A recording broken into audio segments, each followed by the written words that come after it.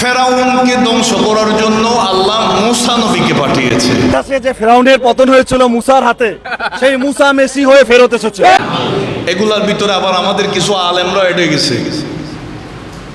আমাদের কিছু বক্তা মৌলবীরা এড হয়ে গেছে, বলে যে আপনি যুব সেনা সমাজকে খেলাধুলার বিরোধিতা করলে কখনো ফিরে আনতে পারবেন? আপনি যুব সমাজের কাছে যদি খেলাধুলার বিরোধিতা করেন, তাদের সমস্যাগুলো তুলে ধরেন, আপনি কখনো পারবেন না। আমার প্রশ্ন হচ্ছে, এখন কি তাইলে খেলাধুলাকে আমি জায়েজ বৈধ ফতোয়া দিয়ে দিব? এখন আসুন, আল্লাহ বান্দার প্রতি হাজারো লক্ষ কোটি নিয়ামতের মধ্যে আল্লাহর সর্বশ্রেষ্ঠ নিয়ামত যেটা, এই নিয়ামত হচ্ছে আল্লাহ আমাদেরকে পৃথিবীর জমিনে ইমানদার অবস্থায় রেখেছেন। সুবহানাল্লাহ, জোরে বলেন। অনেকে মনে মনে বলতেছেন, হুজুর আপনি কোটি টাকার কথা বললে একটু জোরে বলতাম আর কি। আসলে না, হাজারো লক্ষ কোটি টাকার সম্পদ এক পাল্লায় রাখলে ইমানের পাল্লাটা সবসময় ভারী থাকবে। ইমানের সম্পদের চাইতে আর কোনো বড় সম্পদ আছে? ইমানের সম্পদের চাইতে দুনিয়ার কোনো সম্পদের তুলনা চলবে? মনোযোগ, আল্লাহ তাআলা বলেন সূরা মুমিনুন এর প্রথম আয়াতে, ক্বাদ আফলাহাল মুমিনুন। আল্লাহ বলেন নিশ্চয়ই ইমানদাররা সফলতা অর্জন করেছে, কামিয়াবি পেয়েছে। যারা ইমানদার, যারা মুমিন, তারা আল্লাহ তাআলার পক্ষ থেকে সফল হয়েছে। জোরে বলি না সুবহানাল্লাহ। সূরা আনআমের 143 নম্বর আয়াতে আল্লাহ বলেন, ওয়ালা তাত্তাবিউ খুতুওয়াতিশ শাইতান। তোমরা শয়তানের পথে চলো না। ইন্নাহু লাকুম আদুউম মুবিন। নিশ্চয়ই সে তোমাদের প্রকাশ্য শত্রু। এই এলান, এই ঘোষণা আমাদেরকে দিয়েছেন কি? আরো জোরে বলেন। ফেসবুকে বিভিন্ন লেখালেখি দেখি আমাদের অনেক ভাইয়েরা, আমি সুন্নি অঙ্গনের ভাইদের দৃষ্টি আকর্ষণ করব, বলে যে খেলাধুলা নিয়ে আলেমদের এত মাতামাতি করার দরকার কি? এই ধরনের অনেকে লেখালেখি করে। আলেমদের এত কিছু বলার প্রয়োজন কি? আলেমদের মাতামাতি করার দরকার কি? আমি তাদেরকে বলবো, যেই দেশে মুসলমানিত্বের পরিচয় দিয়ে মুসলমান ঘরের সন্তান যদি বলে ফেরাউনকে ধ্বংস করার জন্য মূসা এসেছে, সেই মূসা মেসি হয়ে এখানে আর্জেন্টিনার মধ্যে আসছে, সেই দেশে খেলাধুলা নিয়ে, খেলাধুলার যে ভয়াবহতা কোরআন হাদিসের আলোকে এই ধরনের বিষয়গুলো আলেমদের তুলে ধরা দরকার আছে না? আল্লাহ আমাদের ঈমান আকীদা হেফাজত করুন। আল্লাহ বলেন তোমরা শয়তানের পথে চলো না। ঠান্ডা মাথায় খেয়াল করবেন, খেলাধুলা, ওখানে হাফ প্যান্ট পরে খেলতেছে, বিষয়টা হচ্ছে আলাদা। তো যেখানে সতর নাই, হ্যাঁ, যে খেলাধুলা করছে এগুলো তো কিন্তু মুসলমান নয়, ইহুদি খ্রিস্টান। কথা বলেন ঠিক কিনা? এগুলো এদের জন্য জায়েজ, এদের জন্য। এরা মুসলমান নয়। সতর প্রয়োজন হবে মুসলমানের জন্য। সতর ফরজ কাদের জন্য?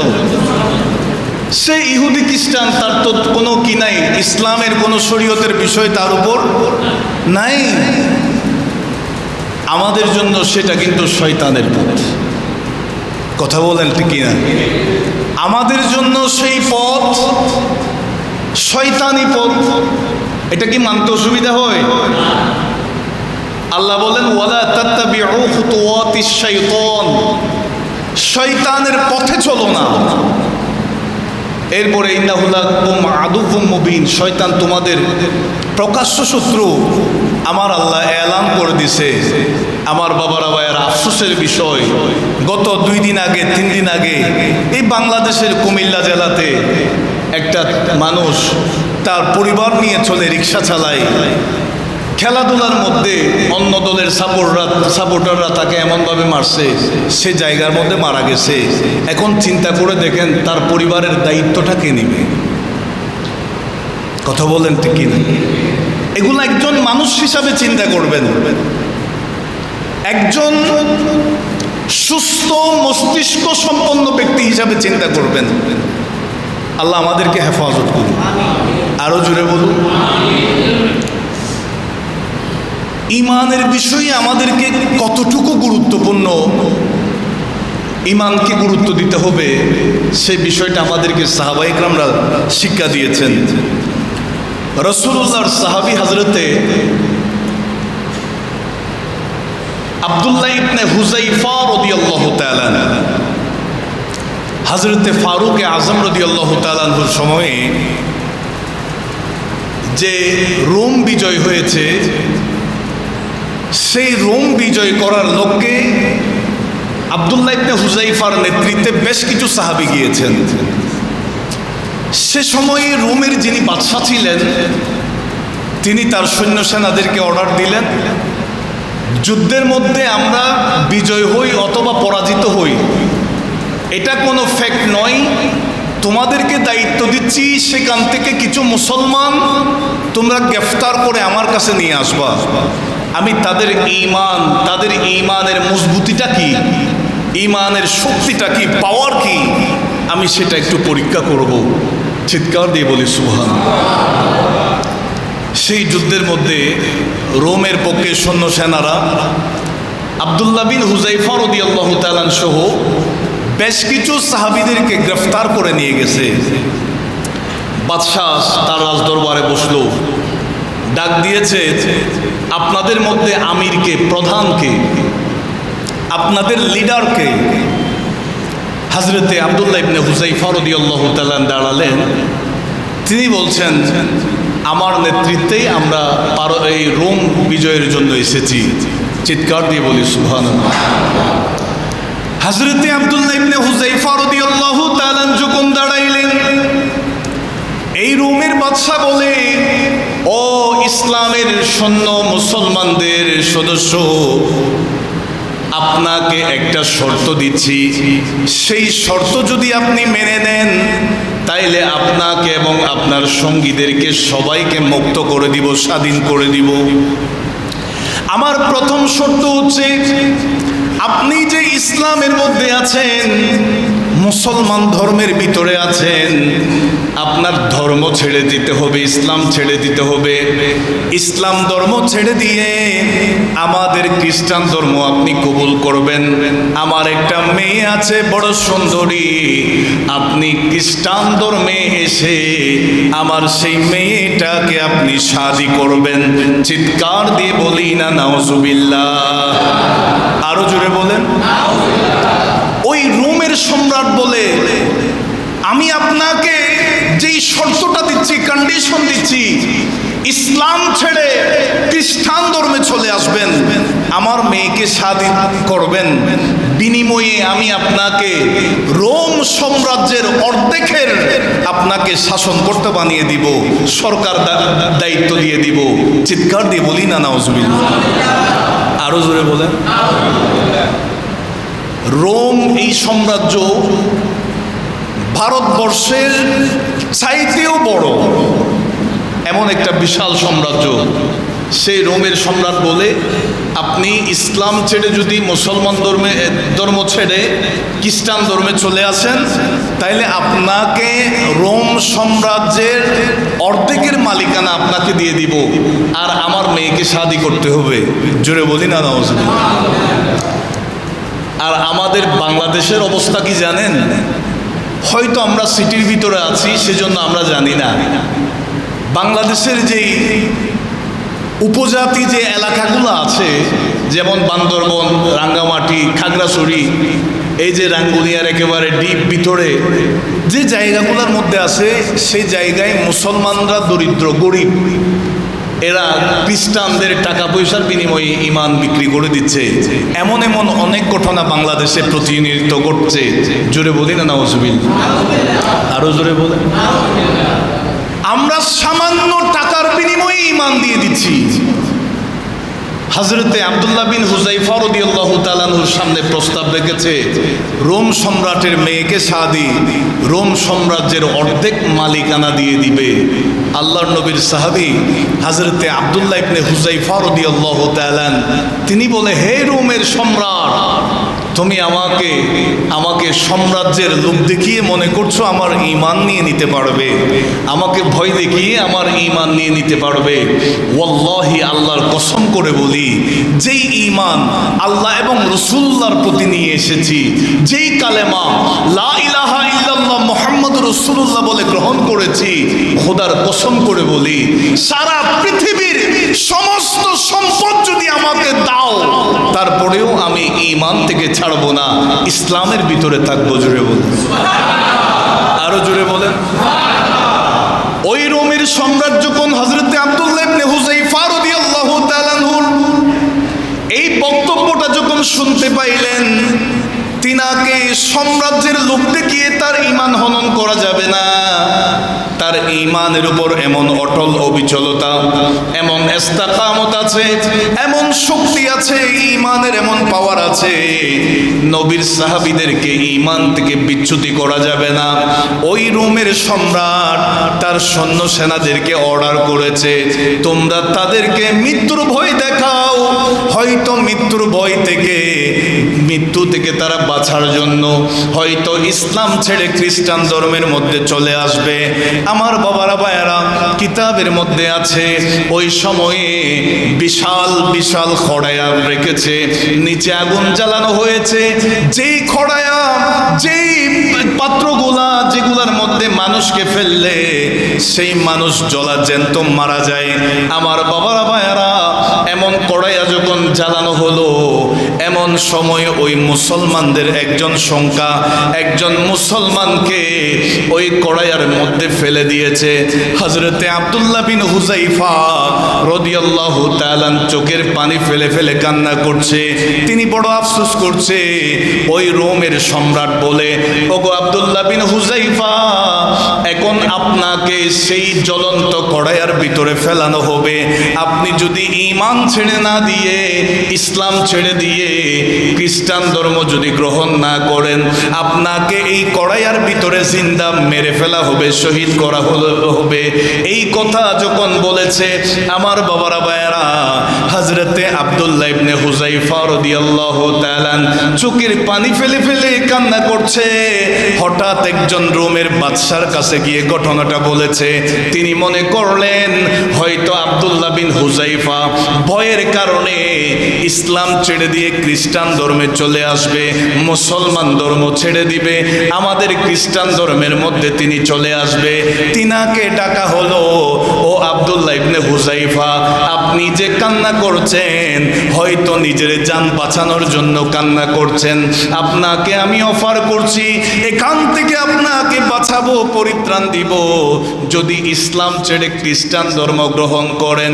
হযরতে আব্দুল্লাহ ইবনে হুযাইফা রাদিয়াল্লাহু তাআলা চোখের পানি ফেলে ফেলে আরো বেশি কান্না করে করে বলে, ও রোমের বাদশা, আমি জান বাঁচানোর জন্য কান্না করছি না, আমি মনে মনে চিন্তা করছি, আমার তো মাত্র একটা জান, এই জানটা আমি শহীদ হয়ে যাব।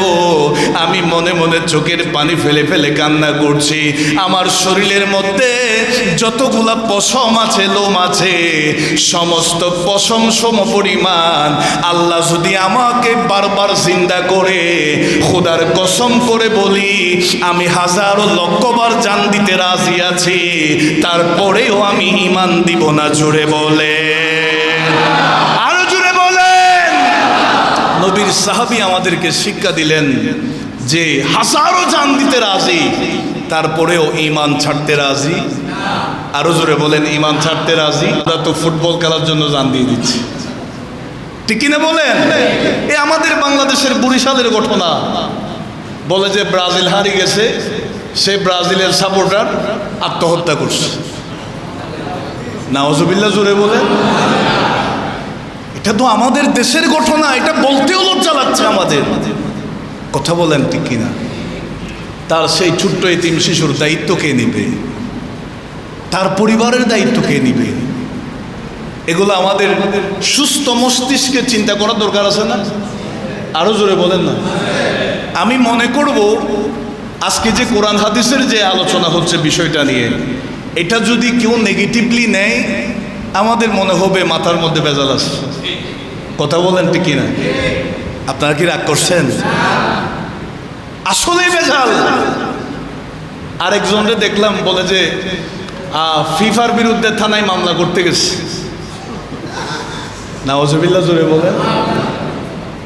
এগুলার মাথায় ভেজাল আছে না? আফসোস, আমাদের বাংলাদেশে এই ধরনের ঘটনা ঘটছে, বড় আফসোস। অথচ রাসূলুল্লাহর সাহাবী হযরত আব্দুল্লাহ বিন হুযায়ফা রাদিয়াল্লাহু তাআলা নিজের চোখের সামনে সেই জ্বলন্ত কড়াইয়ের ভিতরে নবীজির আরেকজন সাহাবীকে দিয়ে দেওয়া হয়েছে। আব্দুল্লাহ বিন হুযায়ফাকে এখন দিয়ে দিবে। তিনি কান্না করছেন, আমাকে তো এখানে একবার শহীদ করা হবে, আমার জানটা যদি 1000 বার থাকতো আমি 1000 বার শহীদ হওয়ার জন্য রাজি হয়ে যেতাম। ঈমানকে এত বেশি গুরুত্ব দিছে, ঈমানকে এত বেশি গুরুত্ব দিছে। আমরা তো বিভিন্ন টিভি চ্যানেলে সুন্দর জুব্বাওয়ালা পাগড়িওয়ালা হুজুরে বক্তব্য দিলে ওনার কাছে ঈমান বিক্রি করে দিচ্ছে। কথা বলেন ঠিক কিনা? আমাদের ঈমানের পাওয়ার এতটুকু। কথা বলেন ঠিক কিনা? মনোযোগ। এখন আসুন, এই যে আমাদের ভিতরে আমরা নিজেকে ঈমানদার দাবি করছি, এই ঈমানটা কি দেখা যায়? এটা দেখা, তবে উপলব্ধি করা যায়, অনুভব করা যায়, ফিল করা যায়। কথা বলেন ঠিক কিনা? আপনি কিভাবে বুঝবেন আপনার ভিতরে ঈমান আছে না নাই? কিতাব আমাদেরকে পথ দেখাচ্ছে। আপনার ভিতরে একটা কনফিডেন্স থাকবে যে আমি ঈমানদার, ওই ফিলটা অটোমেটিকলি আপনার ভিতরে আসবে। জোরে বলি না সুবহানাল্লাহ। ঈমানের হেফাজতটা কিভাবে করবেন? আমরা তো দিন যায় রাত আসে, রাত যায় দিন আসে, দিনের পর দিন চলে যাচ্ছে, বছরের পর বছর চলে যাচ্ছে। এখানে আমরা যারা আছি অনেকে 30 বছরের, 40 বছরের, 50 বছরের, 70 বছরের অনেক মানুষ আছেন। যদি জিজ্ঞেস করা হয় আপনি কি ঈমানের জন্য কখনো টেনশন করেছেন, বলবেন হুজুর ঈমানের জন্য কি টেনশন করতে হয়? কথা বলেন ঠিক কিনা? ঈমানের জন্যও কি টেনশন করতে হয়? আমার বাবারা ভাইয়ারা, একজন ব্যবসায়ী তার গুরুত্বপূর্ণ মালামাল সে যখন সমুদ্র পার হবে, এই পার থেকে ওই পারে যাবে, নৌকা করে অথবা লঞ্চ করে যে কোনো একটা বাহন নিয়ে যাবে, সে যখন সাগরে থাকবে, সমুদ্রে থাকবে, পানিতে থাকবে, তার ভিতরে একটা টেনশনে কাজ করে না? একটু জবাব দিবেন, টেনশন আছে না? টেনশন কি? হয়তো কোনো তুফান আসার কারণে আমার এই নৌকাটা উল্টে যাইতে পারে, কোনো একটা বিশাল ঢেউয়ের কারণে আমার এই জাহাজ অথবা নৌকা উল্টে যেতে পারে, বিশাল আকৃতির কোনো একটা মাছের কারণে আমার এই নৌকা উল্টে যেতে পারে। নৌকা যদি সমুদ্রের পথে অ্যাক্সিডেন্ট করে ডুবে যায়, উল্টে যায়, তাইলে তো আমার সব সম্পদ নষ্ট হয়ে যাবে, পাওয়ার কোনো সম্ভাবনা নাই। কিতাব আমাদেরকে শিখাই দিচ্ছে ওই সমুদ্র পথে যাত্রীবাহী যেই মানুষ সম্পদওয়ালা, সম্পদ পার করার সময় যেই টেনশন, যেই অস্থিরতা অনুভব করে, প্রত্যেকটা ঈমানদারকে, প্রতিটা মুসলমানকে প্রত্যেকটা সেকেন্ড মুহূর্ত টেনশন করতে হবে, টেনশন অনুভব করতে হবে যে কিয়ামত পর্যন্ত আমার হায়াত যতদিন থাকবে আমি যেন ঈমান নিয়ে কবরে যেতে পারি। চিৎকার দিয়ে বলি সুবহানাল্লাহ। আরো জোরে বলেন। আমাদের প্রতিটা সেকেন্ড টেনশন লাগবে, আল্লাহ তুমি আমার ঈমানকে হেফাজত করো। প্রত্যেকটা মুহূর্ত আমাদের ভিতরে অস্থিরতা থাকতে হবে, একটা টেনশন ফিল হতে হবে। আমরা তো টাকার টেনশন করি, আমরা তো পরিবারের টেনশন করি, আমরা তো আমাদের সম্মানের টেনশন করি, ইজ্জতের টেনশন করি, গ্রহণযোগ্যতার টেনশন করি, কখনো ঈমানের টেনশন করি না।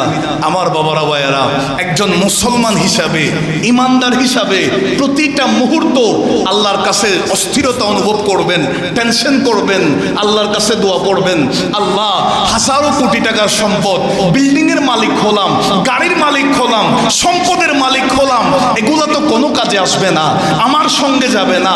মৃত্যুর সময় যদি কালেমাটা নসিব হয়, ঈমানটা নিয়ে যেতে পারি, ওয়াল্লাহ আর কিছু তোমার দরবারে চাই না। এই টেনশনটা আমাদের ভিতরে থাকতে হবে। কথা বলেন ঠিক কি না? আল্লাহ আমাদেরকে হেফাজত করুন। আরো জোরে বলেন।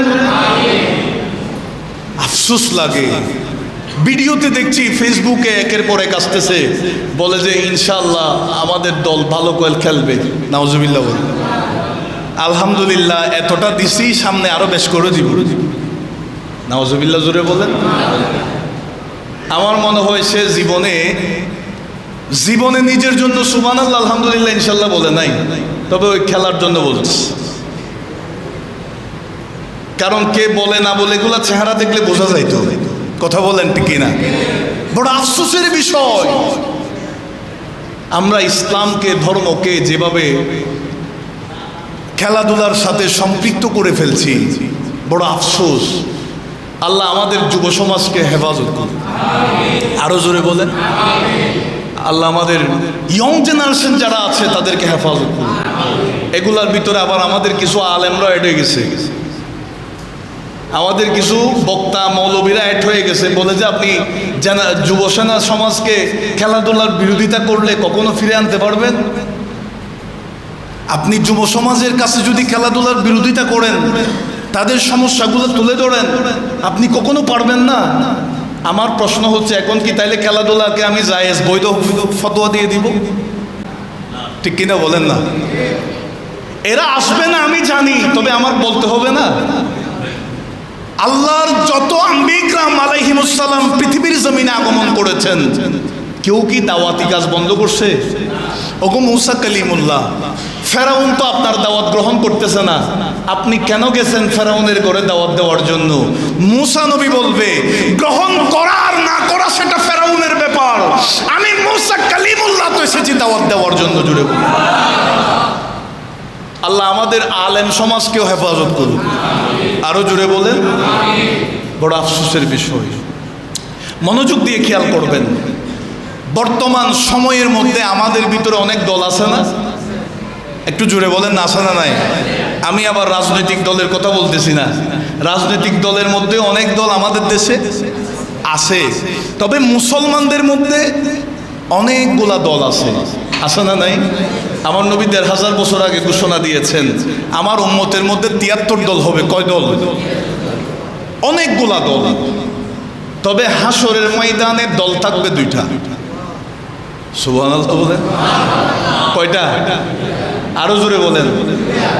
হাসরের ময়দানে দল থাকবে কয়টা? কোরআনুল কারীমের সূরা আলে ইমরানের ১০৬ নম্বর আয়াতে আল্লাহ তাআলা বলেন, ইয়াউমা তাবিয়াদ্দু উজুহুন, সেদিন কিছু চেহারা উজ্জ্বল হবে, আলোকিত হবে, নূরানি হবে। কোন দিন? ওই কিয়ামতের দিন। জোরে বলি না সুবহানাল্লাহ।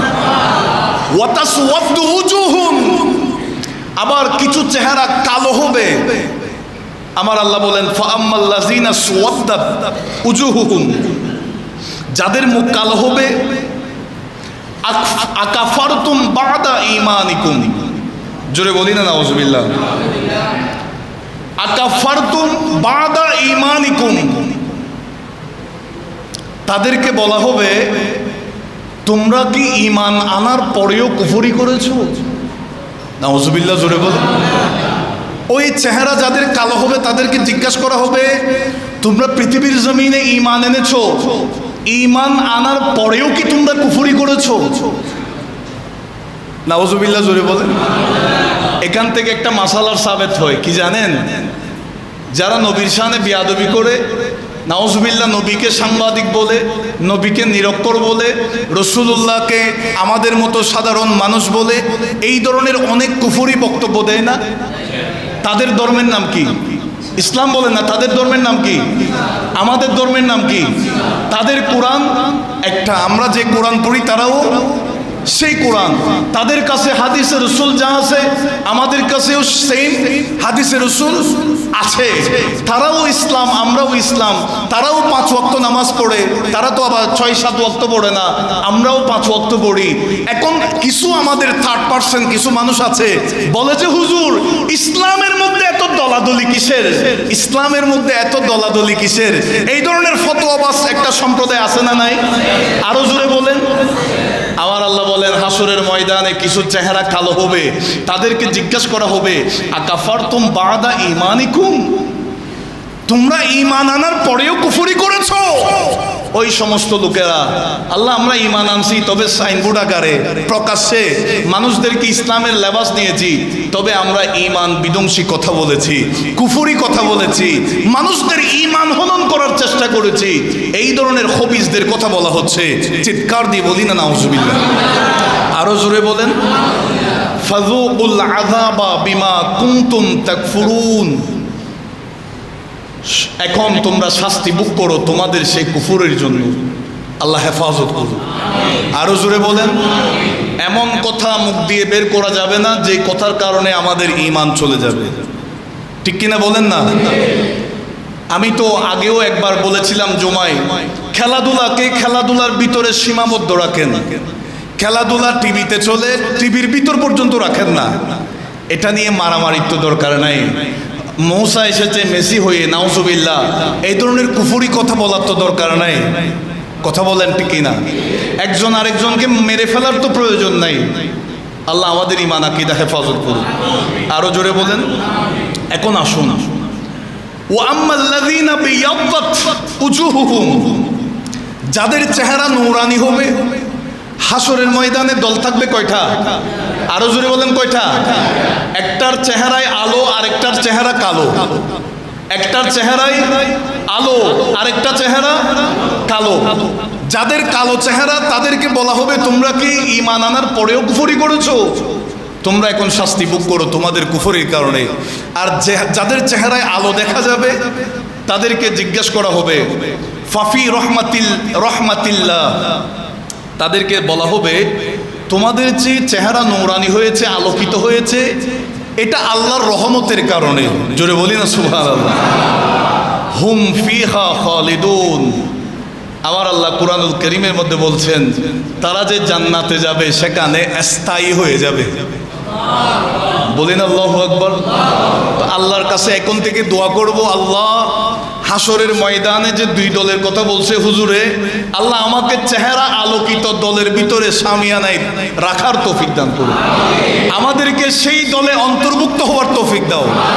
আল্লাহ তোমার দফতরে আমার নামটা সেই দলের ভিতরে লিখে দাও। আল্লাহ আমাদের সকলকে কবুল করুন। এখন আসুন গুরুত্বপূর্ণ বিষয়। আমাদের ভিতরে অনেকেই বলে যে হুজুর ভালো কাজ তো শুধু মুসলমানরা করে তা নয়, বিধর্মীদের ভিতরেও অনেক ভালো মানুষ আছে। কথা বলেন ঠিক কিনা? ধর্মে কিন্তু ইমানদার নয়, বেঈমান, তবে মানুষ হিসাবে অনেক ভালো। এই ধরনের অনেক আছে না? আছে। আমরা অনেকে কি বলি, আল্লাহ মনে হয় জান্নাত 8টা বানাইছে, মুসলমানের সংখ্যা তো এত বেশি না, এতগুলো জান্নাত ফুরাবে কেমনে? হয়তো ওই বিধর্মীদেরকে দিয়ে জান্নাত ফুরাই ফেলবে। আরো জোরে বলেন। তবে বিধর্মীদের ভিতরে ভালো মানুষ আছে না? শয়তান এও মাঝে মধ্যে ভালো কাজ করে না? করে। খাইবার যুদ্ধের সময় হযরত সাইয়েদনা আবু হুরায়রা রাদিয়াল্লাহু তাআলা বর্ণনা করছেন এই হাদিসটা।